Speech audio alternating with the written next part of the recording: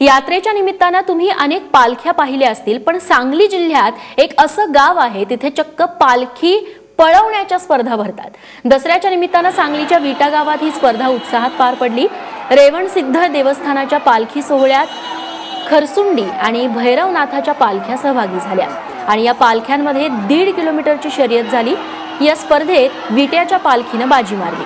लोकांनी भरलेल्या रस्त्यात सुसाट वेगाने पालखी पळवण्याचा थरार विट्यासह परिसरातल्या भक्तांनी अनुभवला।